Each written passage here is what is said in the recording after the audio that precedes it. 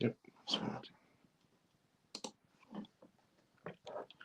That should change to 38. Yeah.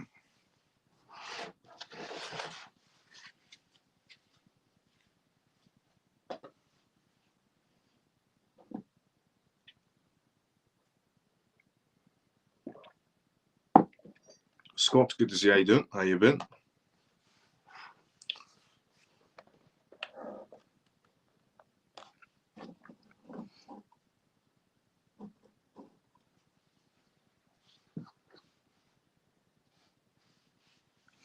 Woodhouse, good to see you as well. How you doing? How you been? I'm first. Woodhouse, you're first on YouTube. Scott is first on X, but in general, Scott was first. How was your day? How was your parents? My day's been great. My parents doing well as well. Thanks for asking. Business also good as well. How you been, Scott? How's things? Day so good to see you as well. How you doing?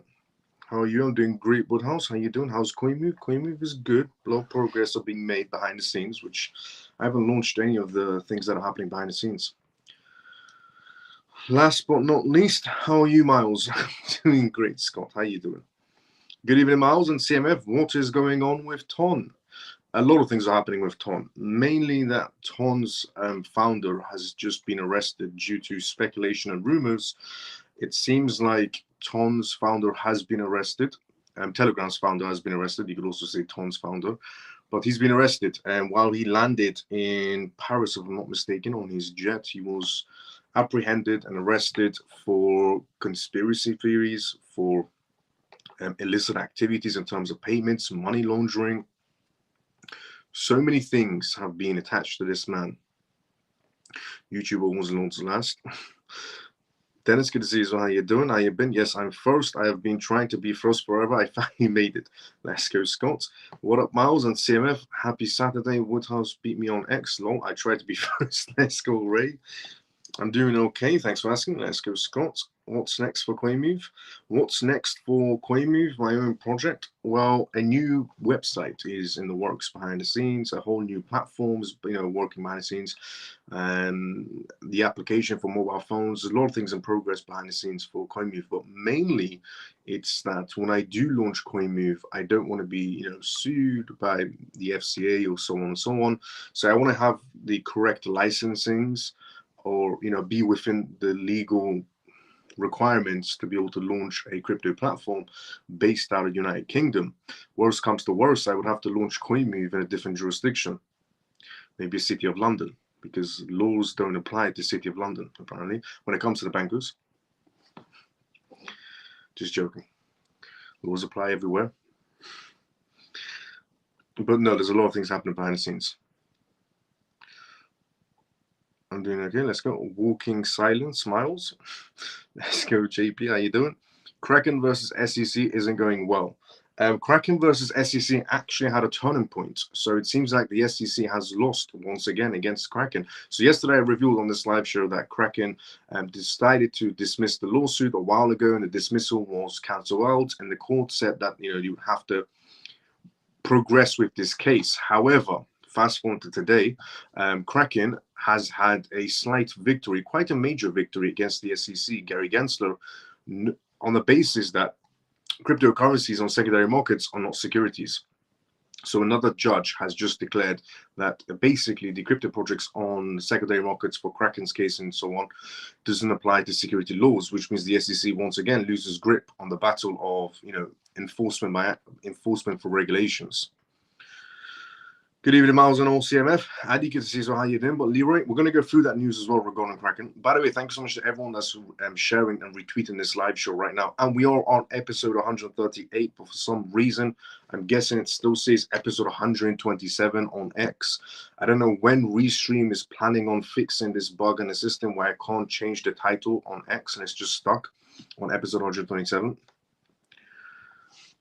Good evening, Miles. Let's go. How you doing? The app launched on Nelly. Adi, good to say the app hasn't launched yet at all. I'm trying to get the regulations in place, the licensings in place before I do that. T, good to see you. How you doing? Hi, Miles, CMF. What have I missed? You've just joined in. Perfect time for the beginning part. Free and forever. Good to see you. Evening. How you doing? Oops, Scott was first. Well done, Scott. Let's go, Ray. Good evening, Miles and CMF. Orphan, good to see you. So how you doing? How you been? Hi, Miles. Driving today. We are selling our ton. Lol. What's the story? Yeah, Shelly, good to see you as well. How you doing? Morning. And regarding Ton, the founder of Ton has been comprehended. He landed in Paris and he was arrested on allegations of money laundering, illicit activities, and a few other charges that's being applied to him. However, all of this is based on speculations and rumors. No confirmation of news has came out, except the one that we can get from Pavel himself. But we will have to have a better idea of what's going on a little bit time passes. But it was bound to happen somewhere, probably down the line. Telegram was very open-minded on what you can say and what you can't say, compared to any other social media platform, where it's heavily censored. Telegram, just like X, wasn't censored. You could pretty much get away with everything, just like you can on X. And it was bound to be somewhere down the road that they would decide to stop this man from growing, and they did it. But is essentially Ton, the crypto project, going to go downhill and just pretty much go kaput, basically to zero? No, it wouldn't go to zero in any sort of a way. It will do a downtrend and then do an uptrend. So an uptrend would be on the way for Ton still. However, this is basically the start of censorship on Telegram by the looks of it. Why don't you pay? Why don't you just pay for it to be built?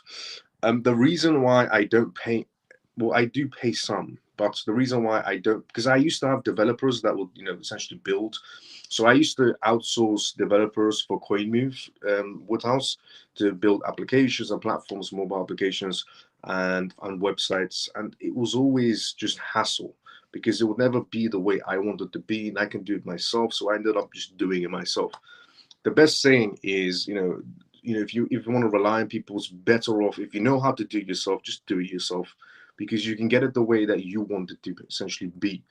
And so I ended up letting go of the outsourced people that I did have, that I was paying, and they were part of me, but no longer they are. Instead, it's me in AI. It's so much better. Yes, it's more time consuming, but it's going to be perfect the way I wanted to be able to launch it. Decentralized social media that can't be censored, with person-to-person communication without centralized clouds, pretty much. XRP was a few pennies today. It's always been a few pennies. Can't say helping mum move back in. Huh? Can't stay helping mum move back in. Oh, you can't stay because you're helping your mother move back in. No problem, Shelly. Good to see you. Sometime I say hello on X, they get filtered. So hello all. JP, good to see you. How you doing? Good evening, Miles, and the rest of the XRP crew. Let's go. Thank you, brother. How you doing? I'm investing in Miles. Please don't forget me, mentor. I will never forget you. Hey, Miles on CMF. Stormy, good to see you as well. How you doing? Scott, how can I forget you, brother? Anyone with an opinion about selling Ton? If you're thinking about going into panic mode to sell Ton, panic mode is never a good idea. If anything like this happens, it won't be. So some people might even compare the Ton situation to Luna situation, when the Luna founder was being investigated, but that was an entirely different situation. Telegram situation, he is an incredibly wealthy man, and he can get the best top of the range lawyers to get him out of whatever hassle he's in, and a slap on the wrist, pay a fine, and get out. Pretty much is what's going to happen with Telegram and Ton. Good evening, Miles, and the rest. Let's go. How you doing? I already read that one. Messi, good to see you. How you doing? I hope it goes to zero so I can buy in. Yes, obviously this creates a massive buying opportunity. Miles, I just checked the markets and they are all moving downhill again, in the red again. George, good to see you. How you doing? How you been? What are your thoughts on RWA tokens, and which ones would you keep an eye on?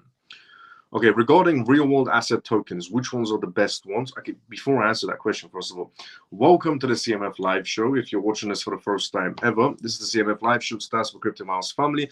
And on this live show, every single night, you can tune in on X and YouTube Live. And I talk about the most recent things that's happening around the world in terms of cryptocurrency, CBDCs, AI, politics, regulations. And the disclaimer of this live show, as always, is not financial advice, not political advice, and whatever I say is only for entertainment purposes. We also do a live Q&A as well, which means you can get involved inside the comment section. Now, once again, welcome to the CMF Live Show. If you're watching for the first time, if you're regular, let's go CMF. The live show has officially started now. So, your question of, what are your thoughts on real-world asset tokens? Well, there's a lot of real-world asset tokens out there. Are any of them good? Some, yes. The majority, no. Be careful with new real-world asset tokens that have zero contracts and partnerships with major establishments and are just claiming to be able to do real-world asset tokenizations. There's a lot of crypto projects out there that are claiming to do real-world asset tokenizations, and they do absolutely nothing in that market space. So in terms of real-world asset tokenizations, there are a few crypto projects that have major contracts in place, genuinely major contracts in place. One of them being AVAX. AVAX has genuine contracts in place for real-world assets. They have some contracts in place with JP Morgan, with Citibank, with California, not in terms of tokenization, but in terms of NFTs in that space. But they have genuine contracts in place in tokenization space as well. So AVAX is definitely one underrated project with major tokenization capabilities that's being utilized on their subnet green. Now, also XRP has capabilities of tokenization as well. Later on this year, we'll have a better idea on that matter. All these swell events that Ripple is doing in Miami, we're going to have a better idea. And on the other topic, Chainlink is also good for real-world asset tokenizations as well. There's a few crypto projects, but as I've said previously, if you want to tell if you have a great crypto project in your hands, and the easiest way to tell is who is it working with, what is it developing, and is it going to be here in 5 years, 10 years time? If you're looking at a crypto project from a perspective of utility, so on that basis, those three are great in real-world asset tokenizations. There are some other crypto projects as well, but those are pretty much the main ones. Yeah, still can't reply to others on X, on YouTube. It's a bit glitchy, but I support X and Elon. Let's go, Ray. As saying goes, sometimes it's better doing it yourself if you want it done right. Facts. Let's go, JP. Does your co-founder help build it as well?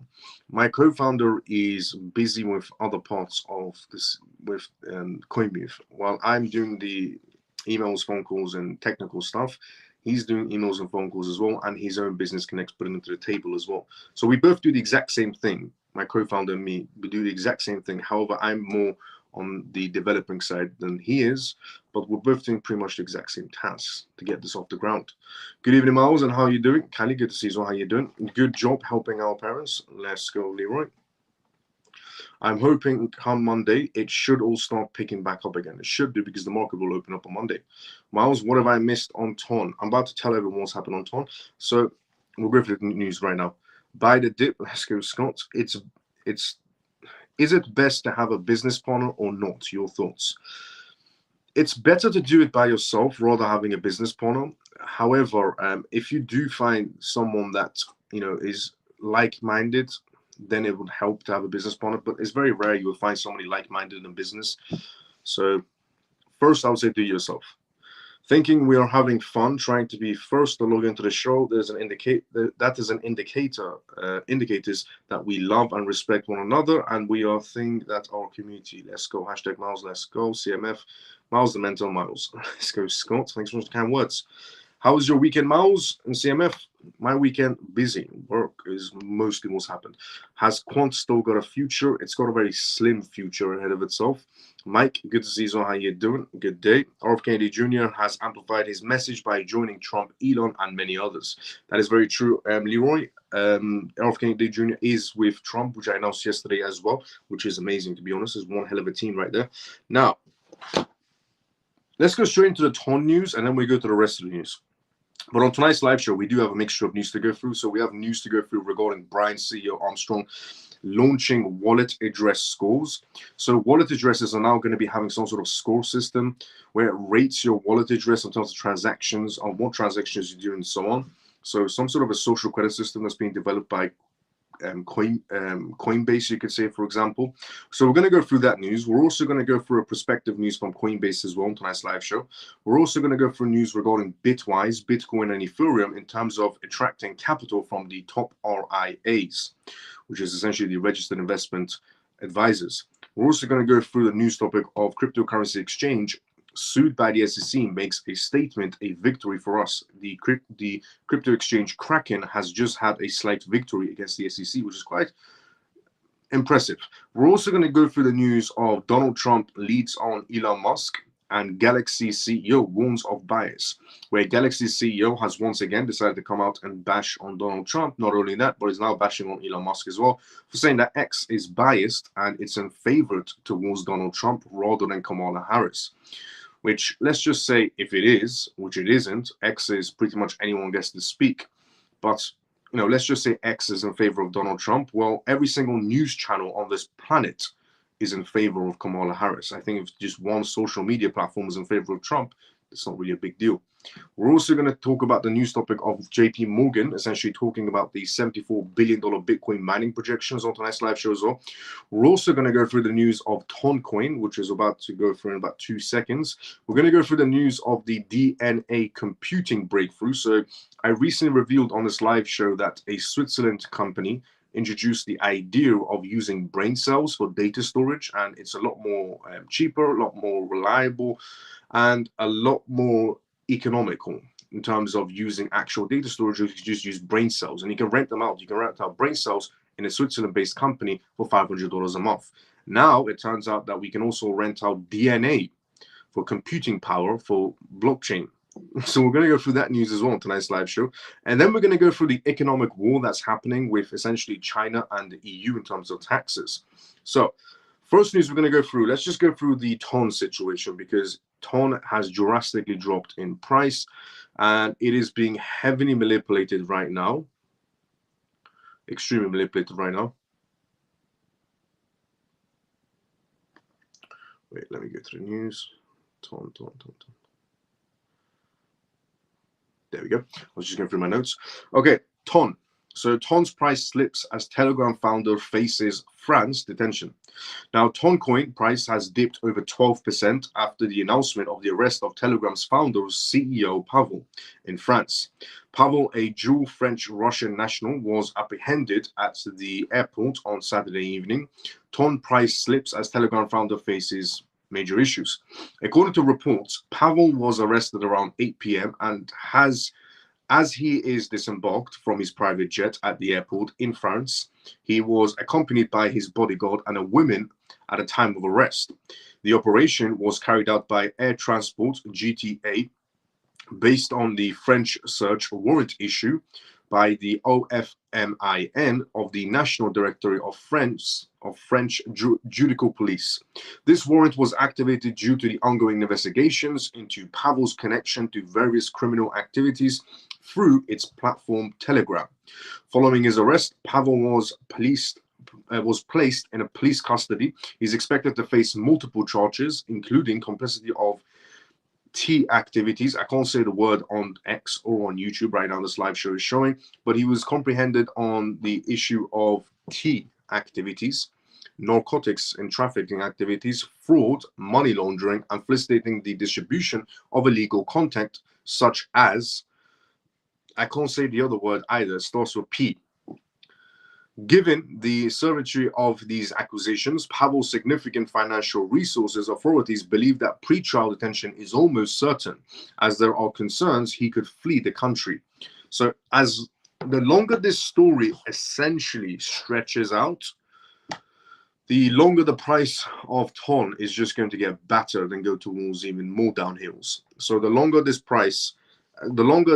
news carries out, the longer this Pavel Telegram situation keeps on stretching, and they don't release him. If they don't release Pavel, then this is just going to carry on, and TON's essentially price point is just going to go staggering down. And which is a shame, because TON was about to climb the ranks. It was doing incredibly well for itself, and it was on the top 10, and then was sitting at number 8, and it was going to take over quite a lot of crypto projects. And you could also say that the game is extremely rigged, because maybe some crypto projects didn't like the idea of Telegram reaching too far. Also, on the other side, you could say that Telegram was spreading too much freedom of speech, which goes against human rights, ironically, because human rights and freedom of speech apparently exist in this world. Let's all just pretend it does.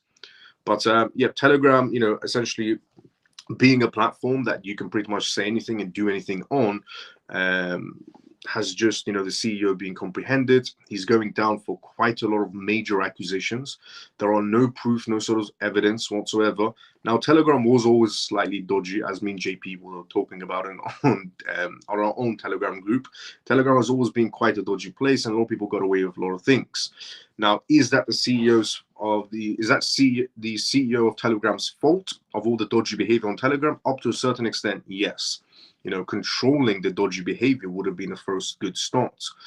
But you will always get some sort of dodgy behavior, no matter how much control you put on a crypto, no matter how much control you put on a social media platform, because you don't want to put too much control, because then there's that issue of, well, you know, there's no freedom of speech, it's censored and so on. And you don't want to put no control, because then it's just like the Wild West and everybody can do whatever they want. But he's being comprehended for too many things right now. And they're not good things to be comprehended for illicit activities, money laundering, trafficking, and the list goes on of what they've arrested him on. So the longer this Telegram case keeps on stretching out, the longer the price of essentially TON is just going to go drastically down. What does this do? Well, this creates, one, a buying opportunity. Two, you can short the market if you wanted to. Three, you can long the market back up when he gets essentially released as well. None of this is financial information whatsoever. But TON, no matter what the CEO is being comprehended for, TON is still an amazing crypto project. No one can take it away that TON is still a great crypto project.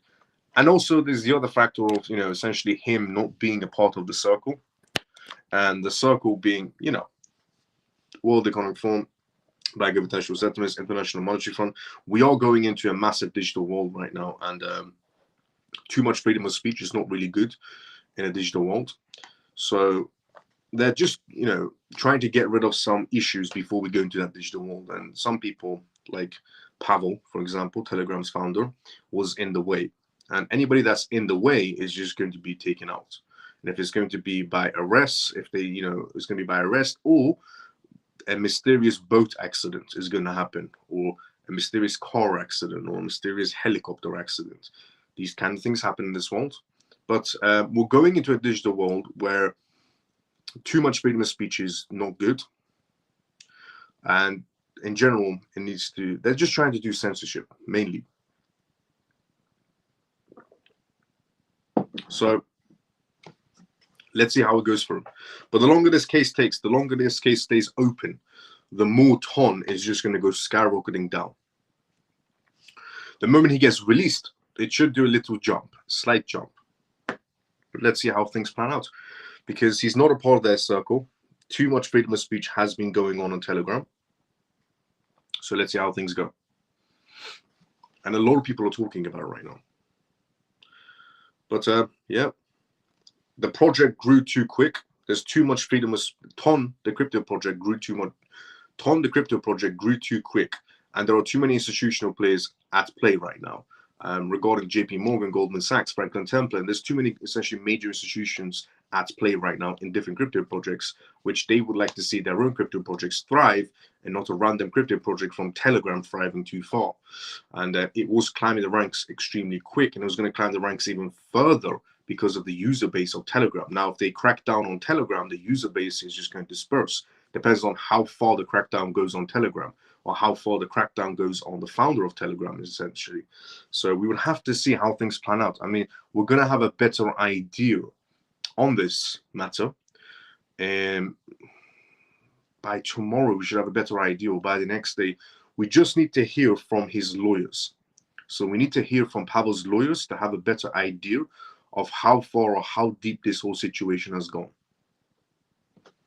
Because if it's gone too far, then, you know, TON's future is not going to be too bright. If it's gone too far, neither is Telegram's future, to be fairly honest.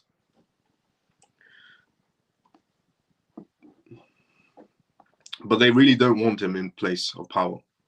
And he has a lot of power. He has a lot of influence as well. Let's not forget, Telegram's main goal was to become an everything app. And if he's planning on becoming an everything app with 900 million user base and is giving people freedom of speech.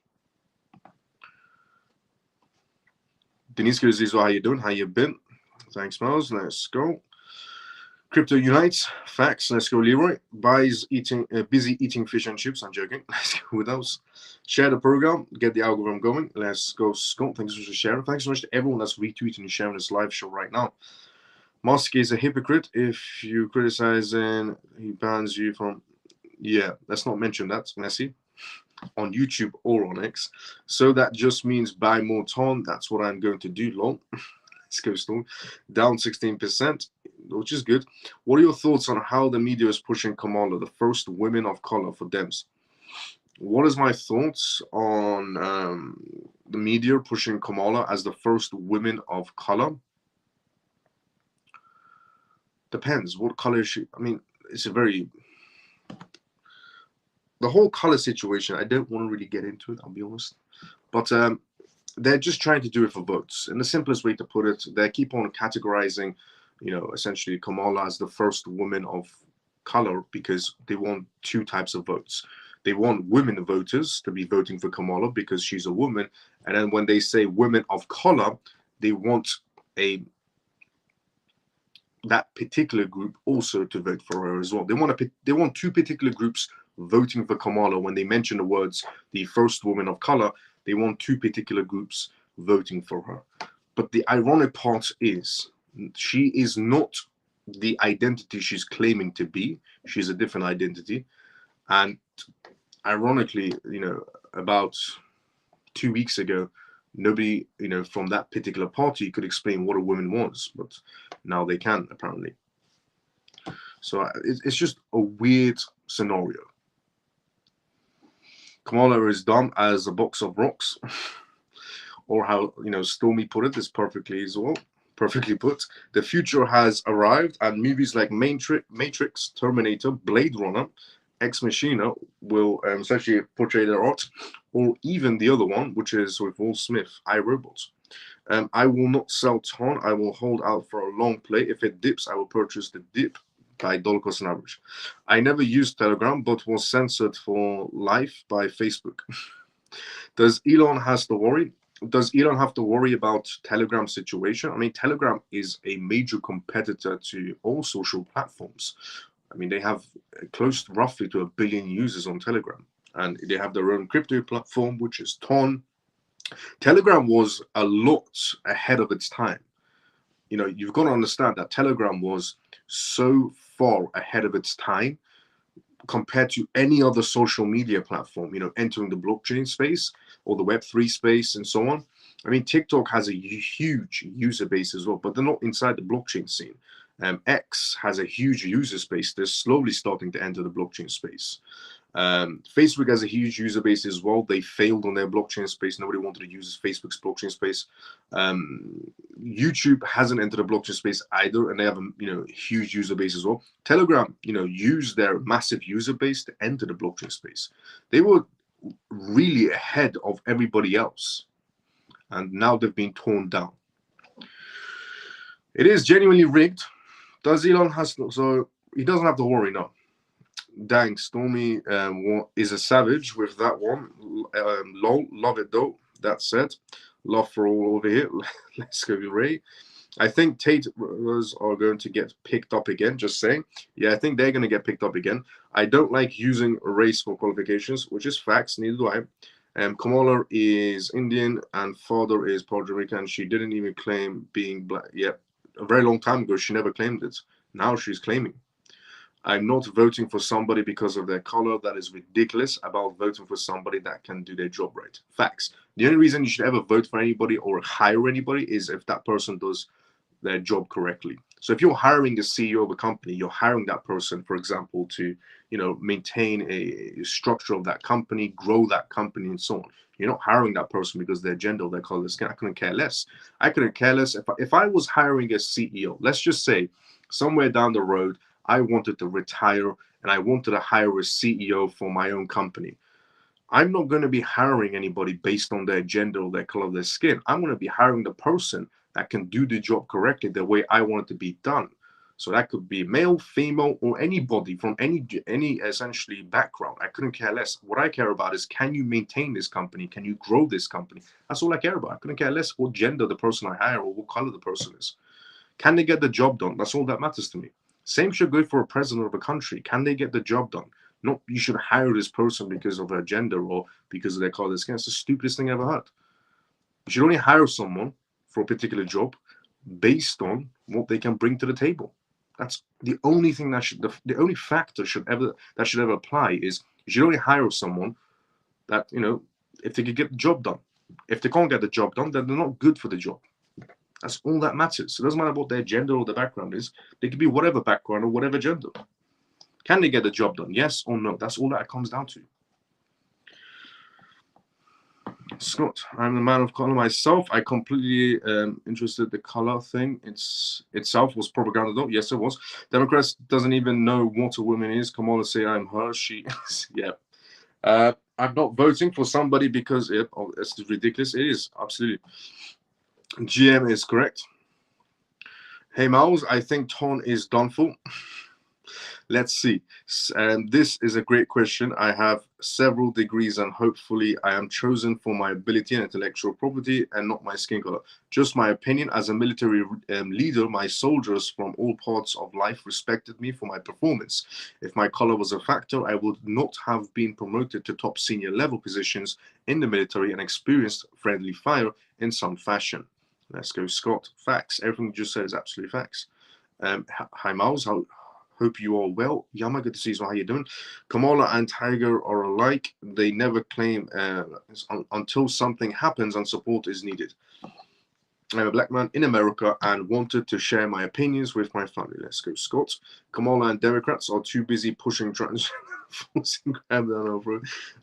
Yep, she should be banned from office. The level of leaders in the world is amazing. That's always amazed me, I'll be very honest. I can bring XRP to the table, I'm hired. Let's go, JP. If you can bring XRP to the table, you're definitely hired. Now, putting the whole Telegram situation on the side, but if you do want to go for Telegram, and you want to open up a position on Telegram, it's extremely volatile on Telegram. Open up a position on Ton is extremely volatile right now due to the whole news regarding their CEO. So, leverage options should be quite low because it's extremely volatile. Not financial advice in any sort of a way. Can we say that we have an outstanding family group? Yes, we can. Facts. Absolutely facts. I think everyone agrees with that one. Everyone definitely agrees with that one. Now, moving on to the first news on tonight's live show. Coinbase CEO Brian Armstrong launches wallet address score platform. Coinbase is going to be introduced. I don't know what it is. Is Coinbase losing, essentially, they're coming out with the most random ideas right now. I think either Coinbase has too much free time on their hand or too much money on their hands and they don't know what to do with it.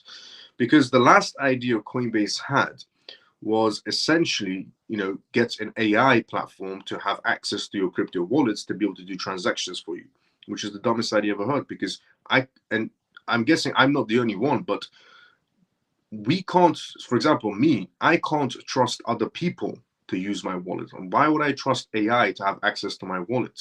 So that was one idea that Coinbase had, having AI have access to your wallet to do transactions on your behalf. That's the dumbest idea I've ever heard. Letting an AI tool have access. Imagine having ChatGPT have access to your wallet to do transactions on your behalf. What happens if ChatGPT becomes compromised? Then my wallet will get emptied out. So it's the dumbest idea that Coinbase ever came up with was that. But now they have another interesting idea that could probably top that one, which is Coinbase CEO Brian Armstrong launches a wallet address score platform. It's like a social credit system for crypto wallets. Brian Armstrong, this is what I'm saying. I think Coinbase either has too much money on their hands or too much time on their hands. Because Brian Armstrong, the CEO of Coinbase, has unveiled a new platform called On-Chain Score. This site lets users check their score of any wallet address based on blockchain activity. It gets into details like the number of transactions on Ethereum and Base and how often the wallet is active and more.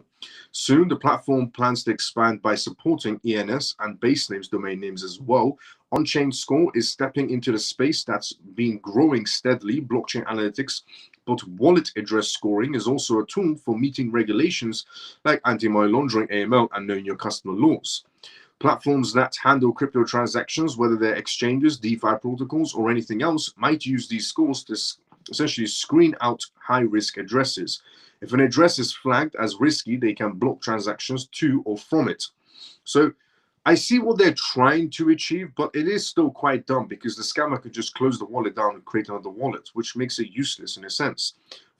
For instance, for investors, the risk management angle is also worth mentioning. If you're trying to figure out whether a wallet is worth interacting with or if it's going to go bad regarding a bad actor, regarding your next trade, these scores could give you a heads up. Wallet scores could reveal if a wallet's been involved in a sketchy activity, helping you avoid potential scams or fraud. And then in markets that moves as fast as crypto, any edge that you can get is worth its weight in Bitcoin.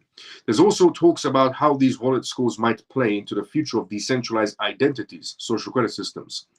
Wallet addresses might start to function more like digital IDs. This is pretty much the start of essentially the start of Coinbase introducing some sort of social credit systems for wallets, which also draws to the idea that it could also be a very dumb idea. One, they're saying this because they're saying, scammers can, you can find out if it's a scam wallet if it's got a low number.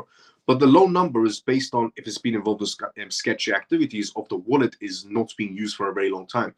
So let's just say if you have a crypto wallet that's not being used for a very long time and you want to accept a transaction and you send your wallet address over to whoever this company is or whoever this person is that's going to be paying you, they paste your wallet address into this tool and it gives you a low score. And they probably think now that you are a scammer. But the only reason you got a low score is because you barely use that wallet. So this is why the idea of this whole Coinbase trying to, give you a score is quite ridiculously stupid. Your wallet score could become a measure of your on-chain reputation, influencing how you interact in decentralized apps and services. Think about it. If your wallet has a high score, that might be a signal that you're a trustworthy player in the markets, but a low score could suggest you're a risk. So what happens if somebody doesn't use their wallet that often? They have a low score. So what does that mean? That's a risky person? That could be a genuinely good person, but they have a low score because they barely use their wallet. So the metric system is quite redundant. In a world where trust is decentralized and every interaction is recorded on chain, having a good score could make a big difference.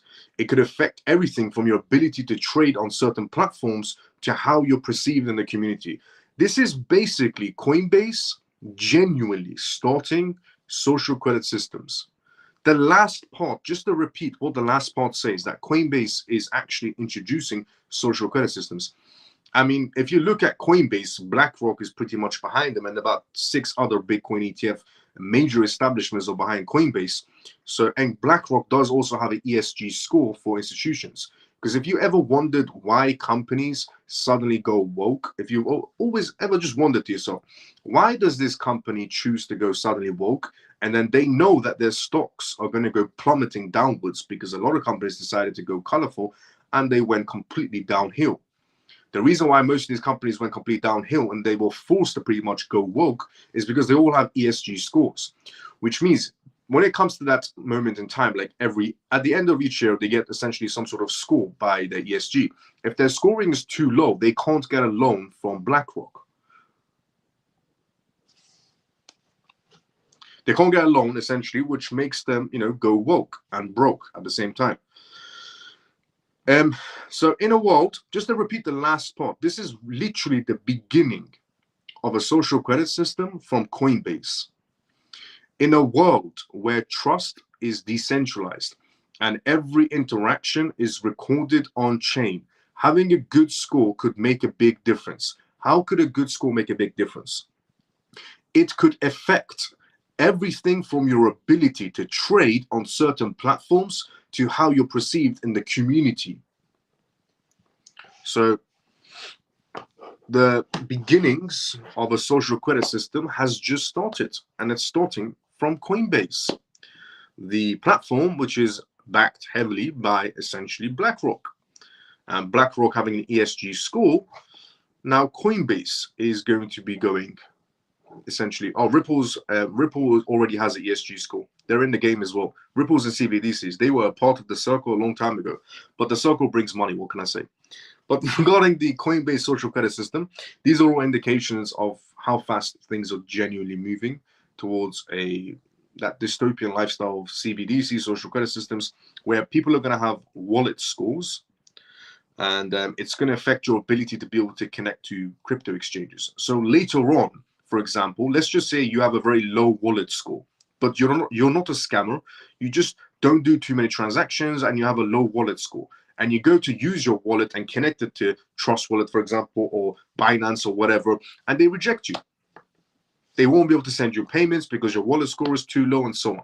So it genuinely says that this could affect everything from your ability to trade on certain platforms to how you're perceived in the community regarding your score on your wallet address. Because we're going to be in a decentralized space and IDs don't matter that much, but it's like a digital ID. So instead they give you a score out of 100. And if your score is not high enough, you can't connect to certain crypto platforms. You can't connect your wallet to certain crypto platforms, which is pretty much the beginnings of restriction. But Coinbase is obviously introducing this as an amazing idea and a major milestone. Like their other major idea of connecting AI, like ChatGPT, to your crypto wallet, as if that's an impressive idea. Genuinely, it does seem like either Coinbase has too much money or too much time on their hands, or now they just look like they're being told what to do by BlackRock. But these are all indications of how close we are to that, so that CBDC and basically social credit system lifestyle, because your wallet addresses are about to get a score, which is your new digital ID in decentralized land, basically. Now, next to go through on tonight's live stream, moving on from the Coinbase news and the first step into a social credit system for the West, pretty much, coming from Coinbase. We're going to go into essentially the news of the political aspect, which is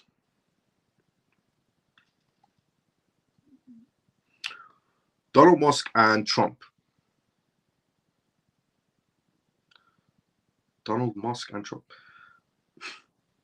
Trump and Elon Musk is the next news we're going to go through tonight's live show. And it's becoming a situation for Miles. We don't hold much cryptocurrency and exchanges. It's not the exchanges, it's your wallet address. So it's got nothing to do with your crypto exchange account. It's your wallet address.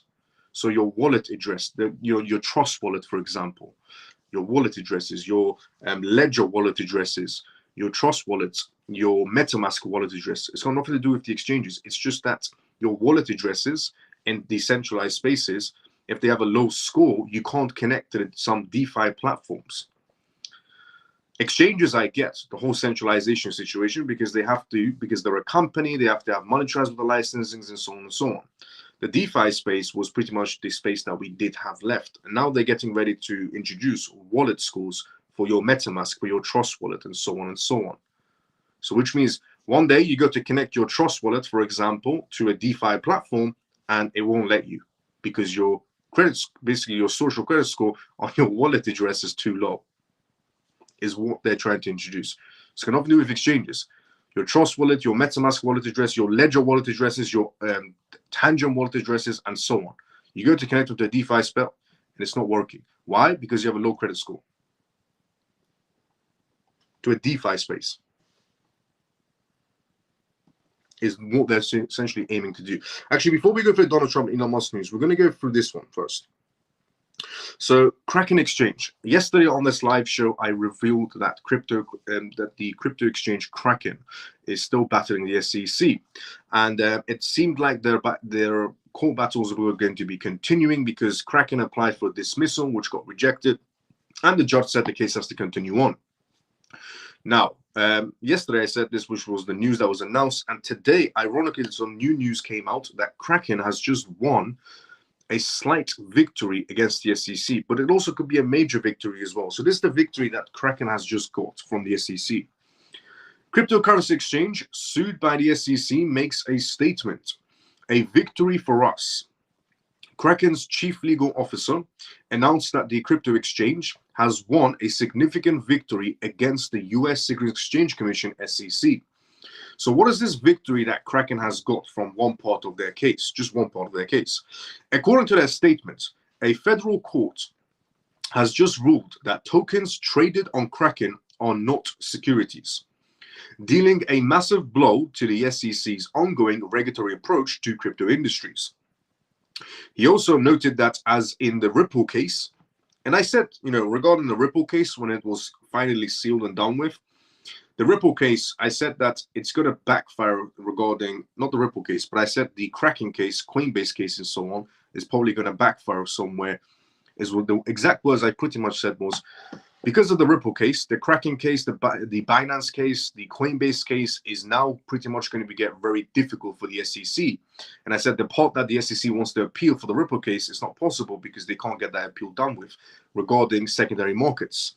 So it seems like Kraken, Coinbase, and Binance are going to be using, as I said, the Ripple case in their own case lawsuits, which worked for Kraken because Kraken just got a victory because of the whole Ripple scenario as well. So he noted that as in the Ripple case, the court distinguished between the status of the tokens themselves as their arrangements surrounding their sale. A token is not a security, but arrangements around the token can be. Santori also noted that the SEC has indefinitely lost its core argument that all tokens inherently are securities and a theory that can no longer be relied upon. This decision follows an earlier decision by Judge William, who denied Kraken's request to dismiss the SEC lawsuit. The Judge Orkin noted that the SEC had reasonably argued that some crypto transactions at Kraken could be considered investment contracts and therefore subject to security laws. Despite this, the latest ruling clarified that Kraken's token listings themselves do not qualify as securities under current law. According to Santori, the court criticized the SEC's approach, calling the concept of crypto asset security vague at best and confusing at worst. The judge basically turned around to Gary Gensler and said, "Why are you doing this and wasting everybody's time?" The court also questioned the SEC's tactics, noting that Kraken has consistently miscategorized its legal stance, which the court found misleading. The SEC and Gary Gensler has decided to essentially say to the judges one last time, as they always do, which is lie, that Kraken is pretty much misleading everybody. They're consistently changing their legal stance and so on, which was all lies, the judge basically said. But the case is not completely resolved. The court allowed the case to proceed to the discovery phase, where both sides will investigate whether certain transactions on Kraken meet the criteria set forth in the Howey test, which they probably won't. A legal standard used to determine whether an asset constitutes as an investment contract. Santori said that Kraken was confident in its position, reiterating that the SEC would need to prove that every transaction contained all the required factors around the Howey test, and that Kraken believed the SEC would fight to do so. Kraken will fight and Kraken will win, is what Kraken said. The broad implications of this decision could be profound for the crypto industry. Santori also warned that the SEC's enforcement-based regulatory approach, if implemented industry-wide, would lead to extensive, expensive, and time-consuming discovery for each of the millions to billions of transactions in the given asset. This decision confirms what we have been saying all along. The SEC cannot credibly regulate the crypto industry through enforcement, is what Kraken said, which they can't. The SEC needs to give up on the whole idea. Gary Gensler needs to give up on the whole idea of regulatory by enforcement because it's not really working out. They just lost against Kraken on that matter as well. But now they're moving into essentially discovery phase on this case. But the main part of this case is pretty much done for. It's never come back. Gary Gensler is definitely going to be losing his job very, very soon. Now, Coinbase also did another thing as well, which was a study test they did regarding young voters on are they going to be impacting quite a lot. Now, I've shared data before regarding young voters and cryptocurrencies. Are they going to be affecting the voting? Are they going to be swaying it to one president or not? Coinbase has done a much more in-depth research into this basis that can young crypto voters change the outcome of the presidency. Pro-crypto younger voters could be deceived in the 2024 US elections. Coinbase study test. Coinbase has expressed the belief that young pro-crypto voters might influence the 2024 US presidential elections and potentially could become the deciding factor on who wins.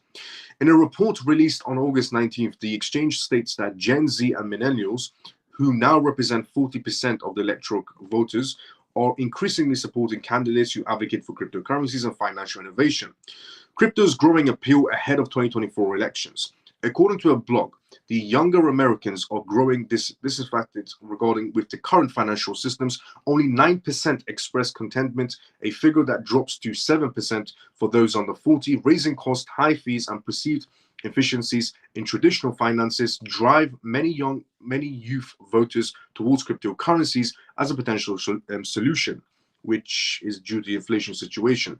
This trend, according to Coinbase, is a reflection of the larger desire for systematic change and innovation, not just financial frustration. In 2020, the elections had an increased turnout of these under 30s, with 55% of eligible ballots participating compared to the 44% in 2016. Notably, the rise in expected essentially to continue, as 92% of registered electorate under 35 have plans to vote in 2024 polls. Crypto's appeal transacts into traditional party lines, with 41% of digital asset owners under 35% in swing votes, identifying as Democrats, 39% as Republicans, and 20% as independents, and all others. Coinbase believes that this interest position pro-crypto policies as a key consideration for candidates from both major parties. Nearly 2 in 5 young voters, 38%, view digital currencies and blockchain as avenues for increasing economic opportunities that traditional financials cannot offer. Pro-crypto youth could sway key battle states. Coinbase believes that these electorate voters could significantly impact the key battleground states like Arizona, Georgia, and Michigan. In Georgia, youth participation rose by 14% points from 2016 to 2020, with 51% eligible individuals under 30 casting ballots in the last presidential election. In addition, the number of Stand With Crypto advocates in Georgia now triples the vote, essentially, that decides the state in 2020. In Arizona, youth turnouts in 2020 surged above the national average compared to 2016. In Michigan, it increased by 42% in 2016 to 54% in 2020, playing a role in Presidential Biden's narrow win in a state with electoral voters so far. Meanwhile, a May 2024 poll revealed that over 20% of individuals in key battleground states view cryptocurrencies as a significant issue in the upcoming elections. Among Gen Z participants who have owned digital assets, 90% believe the financial system needs to reform, and 61% are inclined to support candidates who are in favor of the crypto industries. According to Coinbase, voter sways can happen in these particular states: Arizona, Michigan, and Georgia. These are the main states that cryptocurrency voters have the most pull. So if they sway to one particular candidate, that's pretty much the entire state going towards that one candidate. Now, moving on to Bitwise news. Bitwise Bitcoin and Ethereum ETF attracts capital from the top RIAs. Now, top RIAs being registered investment advisors. But before we go through that news, let's go to the comment section. But there are many heavy institutional players within the Bitcoin ETF space right now and Ethereum ETF space right now. It might not show too much on Ethereum due to the inflows and outflows pretty much matching each other, but Bitcoin's inflows are still happening. Before we go through that news, let's go to the comment section first. Apologies, everyone. Miles, reader, to every race, live happily. Lol, the American experimentation has always been on the ice, though. It has. Very, let's go. Where does that leave those who are buying to hold and storing away on cold storage wallets? You can still spend this, just you can't be able to connect to DeFi spaces, which is not a big deal if you're not the type of person that connects to DeFi spaces. So you can still spend it. Where does that lead? That's Death by Bongo. Do you think they would have given them a heads up in the aircraft? No, definitely not. Ripple is the crypto hero, pretty much, yes. But JP, no, I'm doubtful that they would have given him a heads up. Regarding Pavel, I don't think so. But I think even he knew somewhere down the road he was going to be somehow comprehended. Because you can only get away with so much in today's society. Bitwise. Bitwise Bitcoin Ethereum ETF attracts capital from top RIAs. The cryptocurrency sector is essentially a perspective coming from Bitwise. The cryptocurrency sector is witnessing a significant shift as institutional investors move towards crypto exchange traded funds, ETFs. A recent development comes from Bitwise's asset manager, whose Bitcoin, BTC, and Ethereum ETFs have attracted a surge of capital from large registered investment advisors, RIAs. What I like about Bitwise compared to any other ETF markets, any other ETF institution player, is that Bitwise, for some reason, they keep on, essentially revealing things that they shouldn't. Bitwise, for example, doesn't sit down with a major institutional player and then tweets about it. But other essentially other companies that have launched ETFs, they're not as vocal as Bitwise. We later on find out by the S1 filings. But Bitwise, it's an interesting way that they do things. They have a sit down with a major institutional player and then they tweet about it and say, we just signed a major institutional player, or this major institutional player is coming to the fields. They reveal too much that they shouldn't be, essentially, but good for them, because they let us know what's happening. The influx of this institutional investment underscores the rising confidence in the long-term of viability of digital assets within traditional financial ecosystems. According to Bitwise's CEO Hunter on X, the RIA accumulated millions of dollars worth of their Bitcoin ETF, BITB, and Ethereum ETF essentially as well. Likewise, the RIA invested in Bitwise's 10 crypto index ETFs, BitW, across client portfolios. Spot Bitcoin and Ethereum ETFs experienced inflows as well. The latest announcements comes in record-breaking inflows in the spot ETF space. According to data from Farsight Investors, Bitcoin ETF experienced $252 million in inflows, bringing the weekly inflows to $506.4 million. BlackRock's IBIT led the chart with $86.8 million, while Fidelity's investment FBTC saw $64 million in inflows. And also, Bitwise's Bitcoin ETF saw about $42.3 million in inflows as well. Ethereum ETFs have had a more challenging time compared to Bitcoin ETFs. Ethereum ETFs experienced net outflows of $5.7 million, resulting in weekly total of $44.5 million in outflows. The Grayscale Ethereum Trust had the highest outflows of $9.8 million. However, Bitwise's Ethereum ETF experienced a small increase of $1.4 million. VanEck ETH also had the highest increase as well, with $2 million in inflows. With major financial institutions now considering crypto ETFs as a part of their long-term investment strategies, the narrative around cryptocurrencies is evolving. Bitwise's CIO bullish on Bitcoin ETFs. As reported by the CoinRise, the Bitwise Chief Investment Officer, Matt, is incredibly bullish on spot Bitcoin ETFs following the 13F filings from various financial institutions based inside the United States. Matt also initially predicted that 700 professional firms would invest nearly $5 billion in Bitcoin ETFs. This projection was exceeded as K33 Research latest report in May showed more than 900 firms' disclosure of Bitcoin ETFs holdings. According to Matt, 563 professional investment firms reported owning a combined $3.5 billion worth of Bitcoin ETFs. K33 Research data shared by senior analyst Vental on May 16 confirmed that 937 professional firms were investing into US spot ETFs as of March 31st. For comparison, gold ETFs saw only 95 professional firms investing in their first quarter. That is a massive. For gold, in the time span, pretty much for gold, about 94 professional investor firms are investing into gold. On the other hand, for crypto investors, there's about 937. That's a staggering amount of difference. Big trading volume for Ethereum ETFs. The recent launch of Ether Spot ETFs is the moment of celebration for crypto communities. These trading products generated around $1.08 billion in cumulative trading volumes in their first year. This is an impressive figure, through 23% of what spot Bitcoin ETFs saw on their first day signaled a promising future for Ethereum ETFs. It's covered at Grayscale's Ethereum Trust, ETH, and BlackRock's iShares Ethereum Trust, the lead pack, with $458 million and $248.7 million in trading, respectively, following them from Fidelity's Ethereum Fund of $137.2 million and Bitwise's ETF with $94.3 million. Meanwhile, Bitwise plunged 19% in profits from ETF trading to Ethereum developers. So, regarding the ETF market space so far, good or bad is the outcomes. It's so far looking good for Bitcoin still. For Ethereum, is laying in the 50-50 section right now, so far for Ethereum. However, institutional players are definitely still coming in towards the ETF market space. If they come towards the ETF market space, they're bound to essentially, broaden their range and go out of the ETF market space as well, which has happened quite a lot. But in terms of, is institutional interest still there? Yes, heavily, which is all positive. Now, cryptocurrency. The next news we were supposed to go on that I didn't go on to, now we are going to be going through it, is Donald Trump and Elon Musk.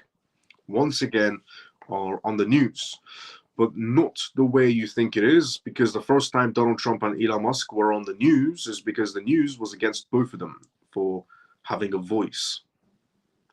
The news is all about sharing the news, having a voice. But when Elon Musk and Donald Trump decided to have a voice on Elon Musk's own platform, it was a big no to pretty much every newscaster out there, news anchor out there. They hated the idea of somebody having a voice or freedom of speech. Now, Donald Trump and Elon Musk are once again on the news, but not because the news is against them, but because the Galaxy's CEO is against them. So Galaxy's CEO is Mike Novoscott, is against billionaire Mike Novoscott, is against essentially Donald Trump and Elon Musk. Why? Because he says that X is becoming a biased platform that's supporting Donald Trump. And Mike Novoscott is a big fan of Goldfish, Kamala Harris, and Sleepy Joe, which explains why Mike Novoscott, the billionaire CEO, is coming out and essentially supporting Kamala Harris, which actually really doesn't explain it. Donald Trump is pro-crypto, and Kamala Harris is against cryptocurrencies. Mike Novoscott has an ETF platform and a blockchain company, but he supports Kamala Harris. The only reason Mike Novoscott, as I've said previously, is supporting Kamala Harris is most likely is blackmail. There's nothing left. Mike Novoscott is incredibly wealthy, has an incredibly wealthy company as well. So money isn't going to entice this man to vote for somebody or to endorse somebody, but blackmail will.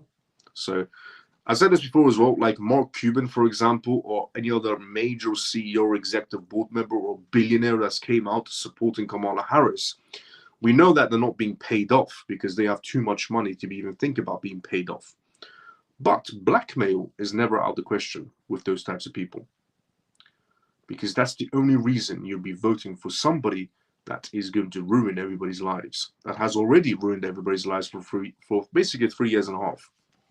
Now, Donald Trump leads on Elon Musk. Ex-Galaxy CEO warns of bias. Donald Trump has gained immense support on the X platform, fueling discussions in the crypto market. However, the lead of the former US president on Elon Musk X has sparked discussions. Given the tech mongol's recent backing of the Republican candidate, for context, Galaxy CEO Mike Novoscott in the recent X post targeted the Tesla CEO while warning of essentially biasness on the social media platform for Donald Trump. Donald Trump's lead on Elon Musk and X sparks controversy. Donald Trump's reappearance on X platform has intensified discussions surrounding the platform's political biasness. For context, Elon Musk has recently created a poll which asked users to identify as Democrats, Republicans, or Independents. It drew attention from various figures, including social media influencers Brian and so on and so on. Notably, Creston was warned that X could become an echo chamber. It left unchecked. Besides, Galaxy CEO Mike Novoscott echoed a similar sentiment, suggesting that the platform is becoming increasingly right-leaning. Additionally, he even compared the social media platform to Fox News. Mike Novoscott is comparing X, social media company, to Fox News 2.0 is what he's calling it. Mike Novoscott's comments highlights the growing concerns about the platform's direction under the Tesla CEO, especially as the 2024 presidential election approaches. Mike Novoscott is concerned about the Tesla CEO. Mike Novoscott is concerned about one of the most intelligent human beings on this planet of not doing his job properly. Meanwhile, in another, just how dumb does that sound? Meanwhile, in another recent poll conducted by Elon Musk, the former US president received a staggering 73% of the votes overshadowing Democratic candidate Kamala Harris, with over 5.8 million users participating in the unscientific poll. Results came in favor of the Republican US presidential candidate Donald Trump. However, as the former US president's support celebrated his lead, critics questioned the fairness of the poll. They cited Elon Musk's own political essentially indicators as a potential influence. I'm sorry. So Elon Musk did a poll of who would you vote for, Donald Trump or Kamala Harris? And everybody pretty much voted for Donald Trump rather than Kamala Harris. And they're saying, the Democrats that lost this voting system, they're saying that we're not sure about the fairness. Fairness of what? It's a poll. People go onto the platform of X, and the question is asked, who are you choosing, Trump or Kamala Harris? And you click the circle. So how is it not fair?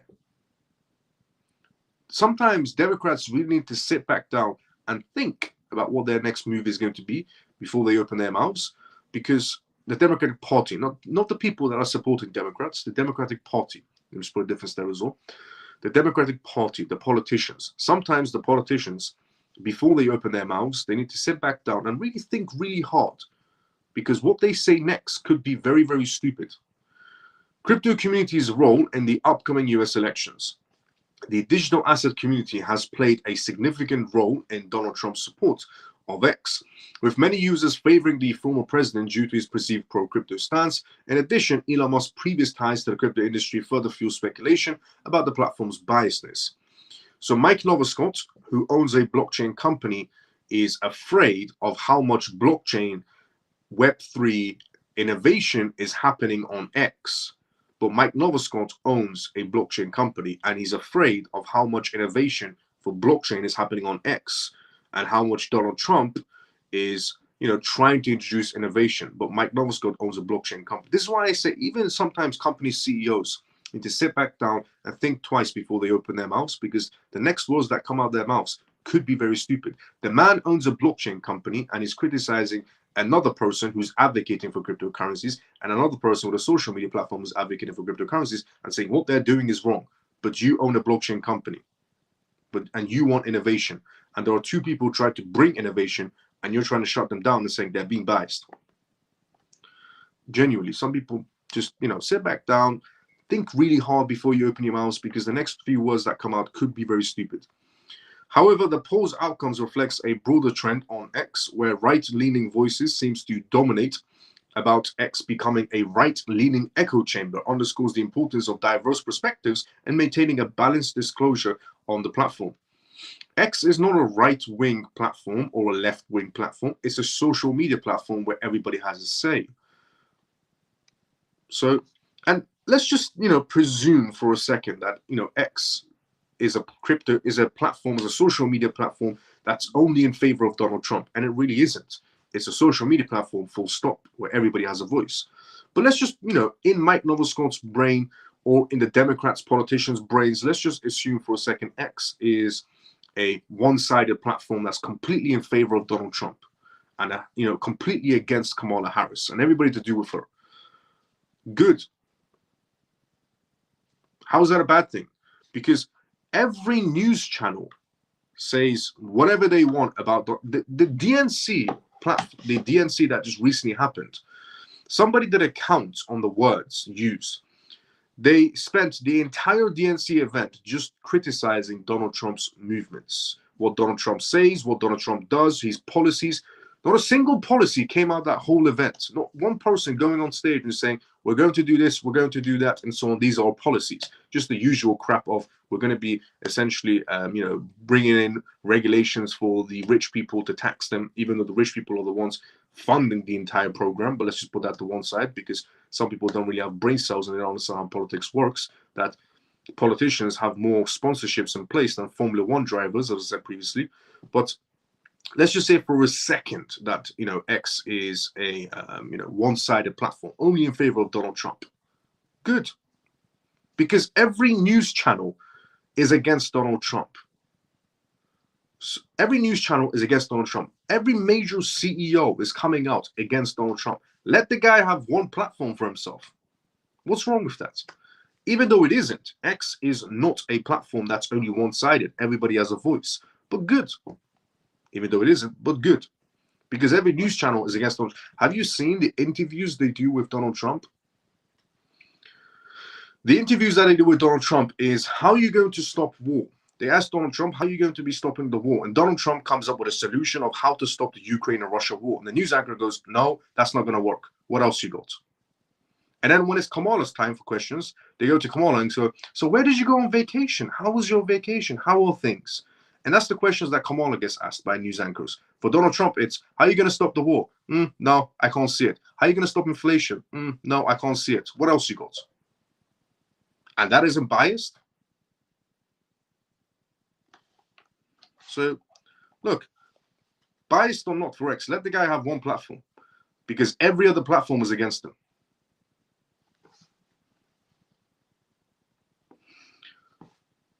And there was also a video of Donald Trump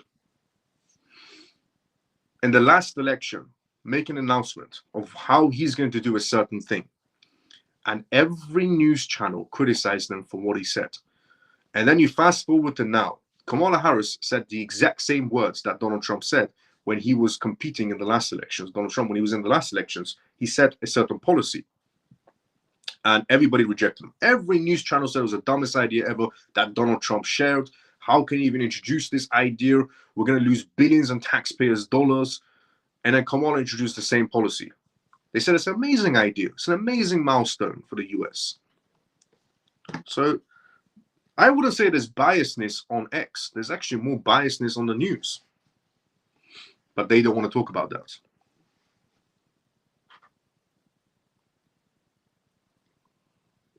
So X is not a biased platform. It's for everybody.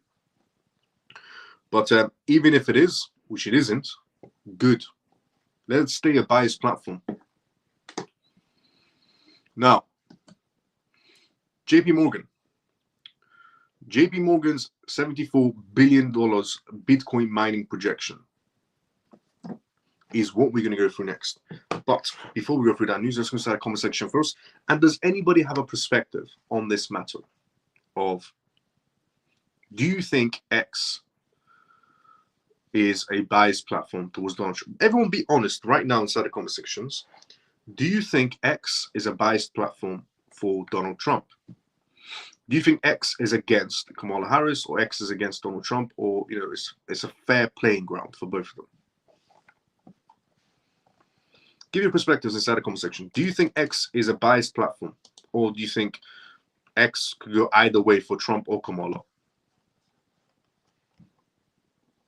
Let's do a poll of our own inside the comment section. Before we go to the next news, you think that AVAX $27 is still a good price to get in? For dollar cost average, yes. To purchase in bulk, no. Crypto question, thoughts on Atom coin? Is it in the red for the year? Always had my attention though. Atom is all right, but it's not a project that I would say 100% I'll be going into. But it's an all right project. It could do quite well. Cosmos could do extremely well for itself.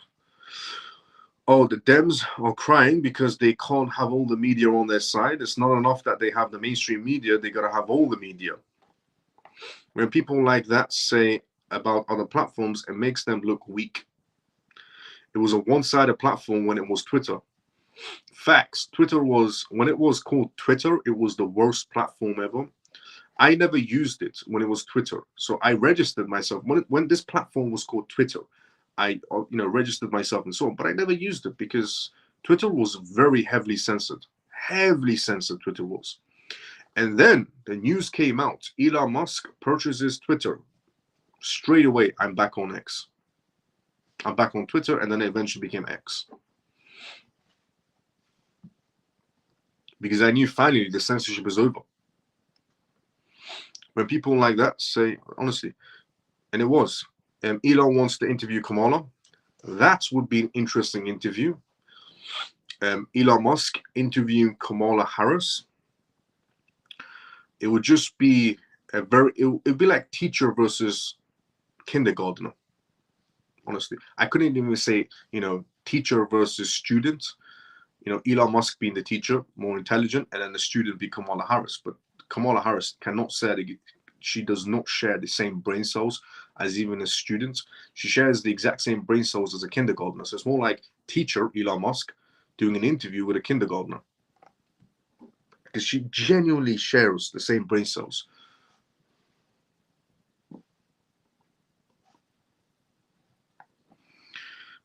Elon wants to.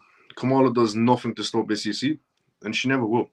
Trump has always criticized the news. He has. He's called them fake news. Report was conservative, but now woke. When the weasel loses his job, the unemployment rate will rise. Weasel loses his job, the unemployment rise. But not fair. Yeah. X has common sense. Good way to put it. Not X. The people on X have their own biases. Facts. Scott put it perfectly, and so did Funky Brother. X has common sense. Facts. And Scott also put it perfectly as well. Not X per se, and the people on X have their own biases. Which means both parties have a play.